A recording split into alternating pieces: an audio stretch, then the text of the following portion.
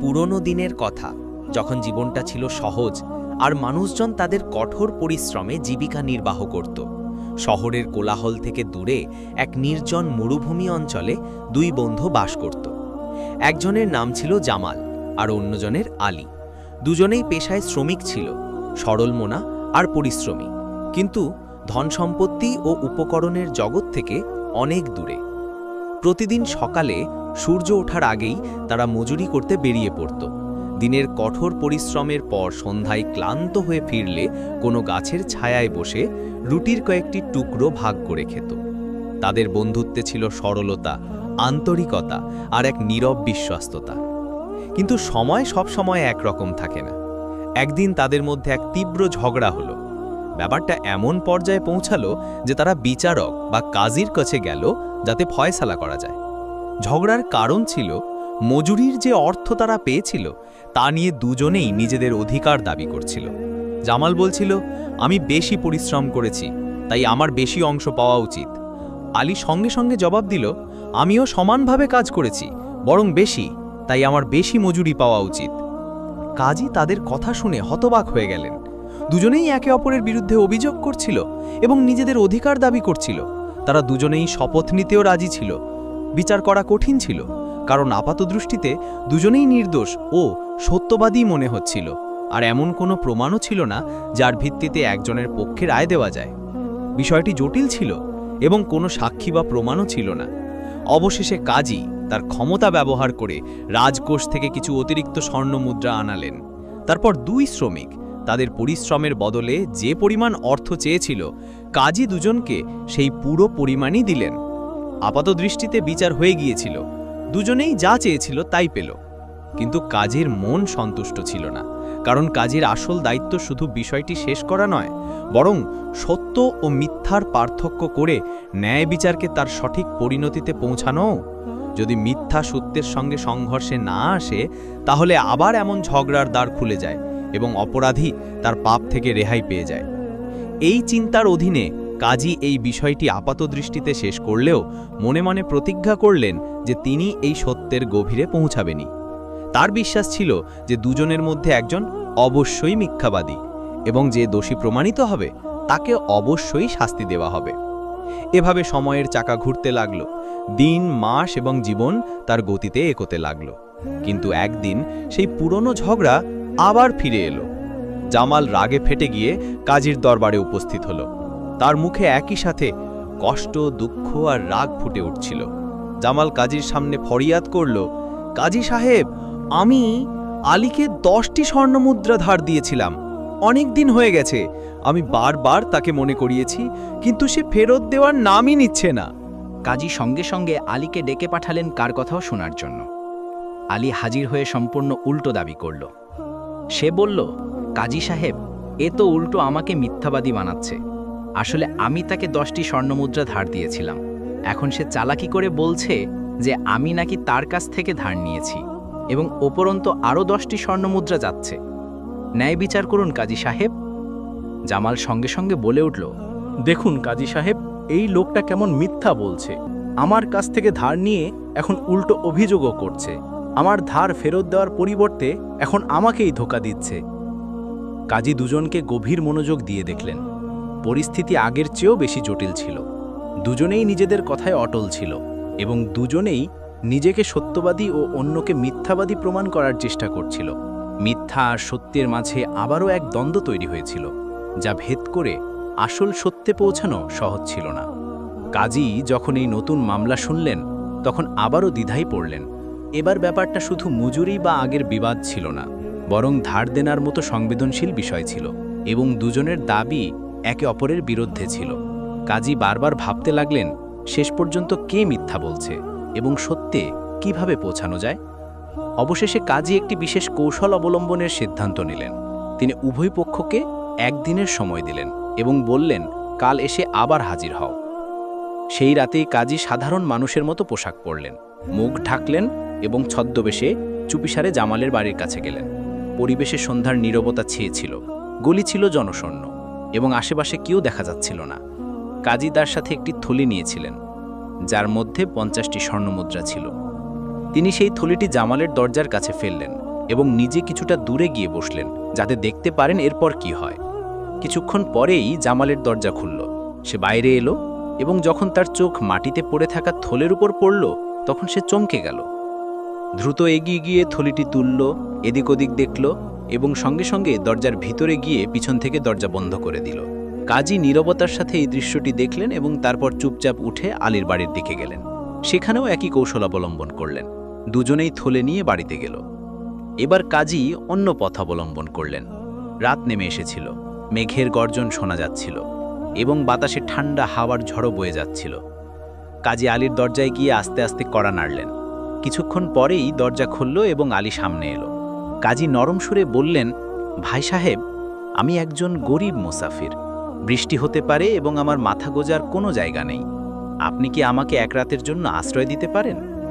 কাজী আলীকে মনোযোগ দিয়ে দেখল, কিন্তু যেহেতু কাজী ছদ্মবেশী ছিলেন, তাই আলী তাকে চিনতে পারল না।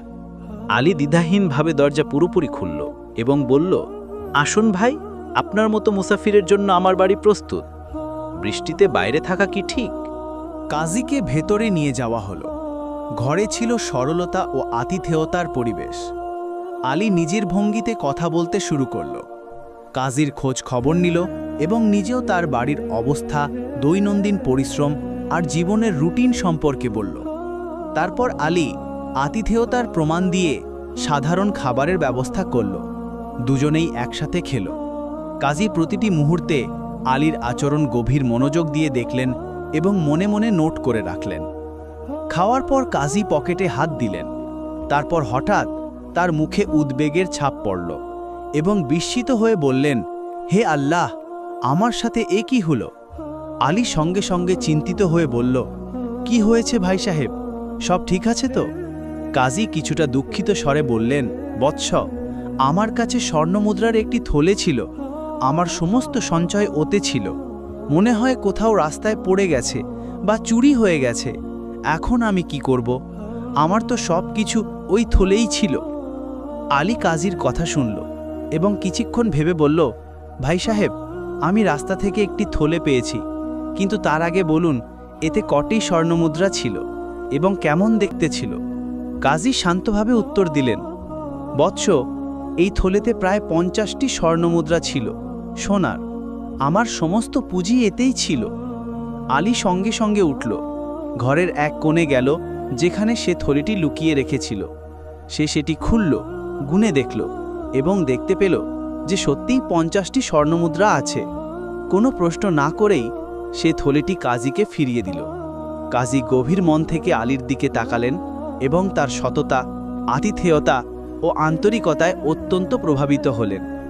তিনি অন্তর থেকে দোয়া করতে লাগলেন, বৎস, তোমার মতো মানুষ পৃথিবীতে কমই আছে। আল্লাহ তোমাকে সম্মান দিন, রিজিক দিন এবং সত্যের ওপর অটল রাখুন। আলী বিনয়ের সাথে মুচকি হেসে মাথা ঝুঁকিয়ে দিল। কাজী উঠতে লাগলেন। তখন আলী আদবের সাথে বলল, ভাই সাহেব, রাতের বেলা, অন্ধকার, বাইরে বৃষ্টিও হতে পারে, আপনি এখানেই থাকুন, সকালে চলে যাবেন। কিন্তু কাজী নরম সুরে একটি অজুহাত দিয়ে বললেন, না বৎস, আমার এখন যাওয়া জরুরি, একটি কাজ বাকি আছে। এবং তিনি আলীর বাড়ি থেকে নিঃশব্দে বেরিয়ে গেলেন। কাজী এবার সরাসরি জামাদের বাড়িতে গেলেন। সেখানে গিয়ে দরজায় কড়া নাড়লেন। কড়া নাড়তেই ভেতর থেকে এক রাগান্বিত কণ্ঠস্বর শোনা গেল, কে তুমি? এই রাতে এখানে কি করতে এসেছ? কাজী ধৈর্য ধরে উত্তর দিলেন, ভাই সাহেব, একটি জরুরি কাজ আছে, দয়া করে দরজা খুলুন, কিছু কথা বলতে হবে। জামাল রাগে দরজা খুলে বাইরে এলো এবং তীব্র স্বরে বলল, তাড়াতাড়ি বলো, কি কাজ? রাতের বেলাও তোমাদের শান্তি নেই?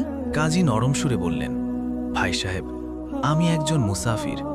আজকের রাত কাটানোর জন্য একটি আশ্রয়ের সন্ধানে আছি।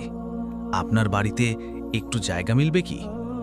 জামাল নির্লিপ্তভাবে জবাব দিল, না, আমার বাড়িতে এতটাই অভাব যে আমরা নিজেরাই কষ্টে ঘুমাই।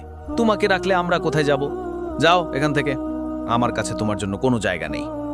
কাজী ধৈর্যের সাথে মাথা নাড়লেন এবং এক মুহূর্ত পর বললেন, ঠিক আছে ভাই সাহেব, আমি চলে যাচ্ছি, কিন্তু আরও একটি কথা আছে। সন্ধ্যায় এই গলিতেই আমার একটি থলে হারিয়ে গেছে। এতে 50টি স্বর্ণমুদ্রা ছিল। আমি বেশি দূর যাইনি। আমার সন্দেহ হচ্ছে যে ওটা এখানেই কোথাও পড়ে গেছে। অনেক খুঁজেছি কিন্তু পাইনি। কাজীর এই কথা শোনা মাত্র জামালের মুখ লাল হয়ে গেল এবং সে সঙ্গে সঙ্গে অভদ্র হয়ে উঠল। রাগে বলল, এসব কি বাজে কথা? তুমি কি বলতে চাও? এখন আমার উপর অভিযোগ করতে এসেছো? লজ্জা করো, এখানে তো শুধু আমারই বাড়ি, আর আমি কোনো থলে দেখিনি।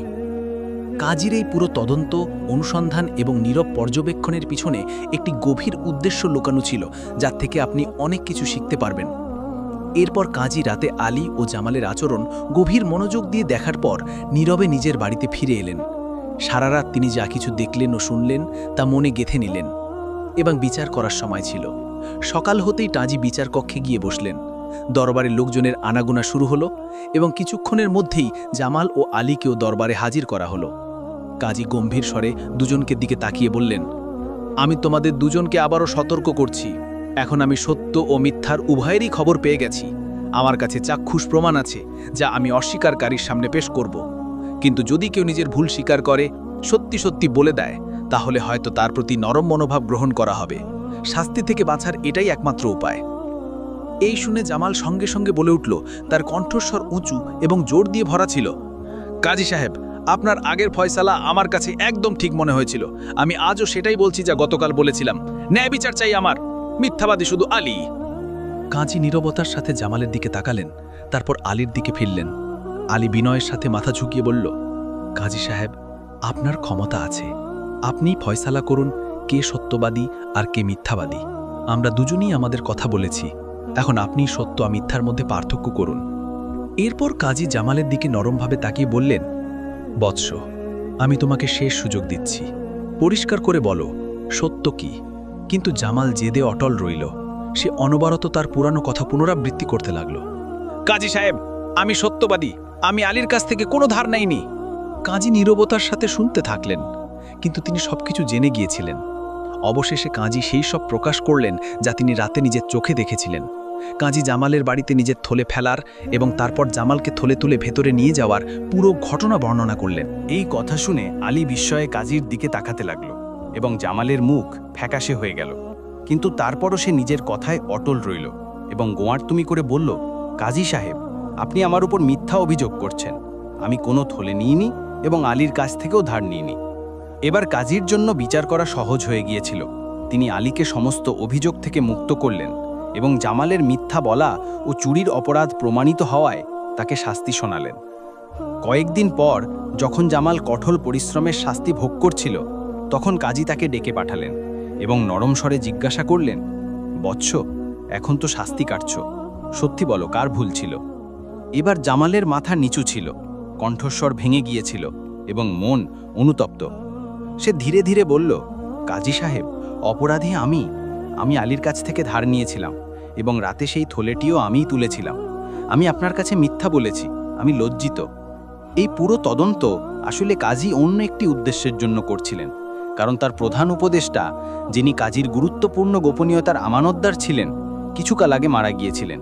কাজী এমন একজন সত্যবাদী ও সৎ ব্যক্তির সন্ধানে ছিলেন, যিনি কেবল বিশ্বস্তই হবেন না, বরং তার নৈকট্য ও বিশ্বাসের যোগ্য হবেন।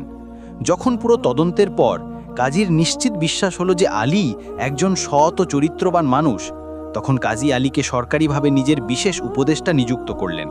সেই সাথে তাকে একটি বড় বেতন এবং একটি সুন্দর বাসস্থানও দিলেন। আলীর জন্য এই সব কিছু কোনো স্বপ্ন থেকে কম ছিল না। যে গতকাল পর্যন্ত মজুরি করত, আজ সে কাজীর নিকটতম সঙ্গী হয়ে উঠল। এই সব কিছু কেবল তার সতপা, সত্যবাদিতা এবং ধৈর্যের ফল, আর জামালের মিথ্যা ও লোভের বদলে অপমানজনক জীবন মিলল। তো বন্ধুরা, এই গল্পটি আমাদের একটি বিশাল শিক্ষা দেয় যে সততা মানুষের সবচেয়ে মূল্যবান সম্পদ। যে ব্যক্তি হৃদয় থেকে সত্যবাদী ও পরিষ্কার হয়, সে যতই গরিব হোক না কেন, সময় এলে আল্লাহ তাআলা তাকে অবশ্যই সম্মান ও সফলতা দান করেন। সততার মাধ্যমেই আপনি সেই মর্যাদা অর্জন করতে পারবেন যা জ্ঞান ও শক্তি দিয়ে অর্জন করতে পারবেন না। যদি আলীও মিথ্যার আশ্রয় নিত বা কাজীর থলে চুরি করত, তাহলে হয়তো সেও আজ একটি শিক্ষণীয় উদাহরণ হয়ে থাকত। আমাদের সবসময় মনে রাখতে হবে যে সততাই উন্নতি ও সফলতার একমাত্র পথ, এবং একজন সত্যবাদী মানুষ কখনো ব্যর্থ হয় না। আমি আশা করি আপনি এই গল্প থেকে কিছু শিখেছেন। আরও এমন শিক্ষামূলক গল্পের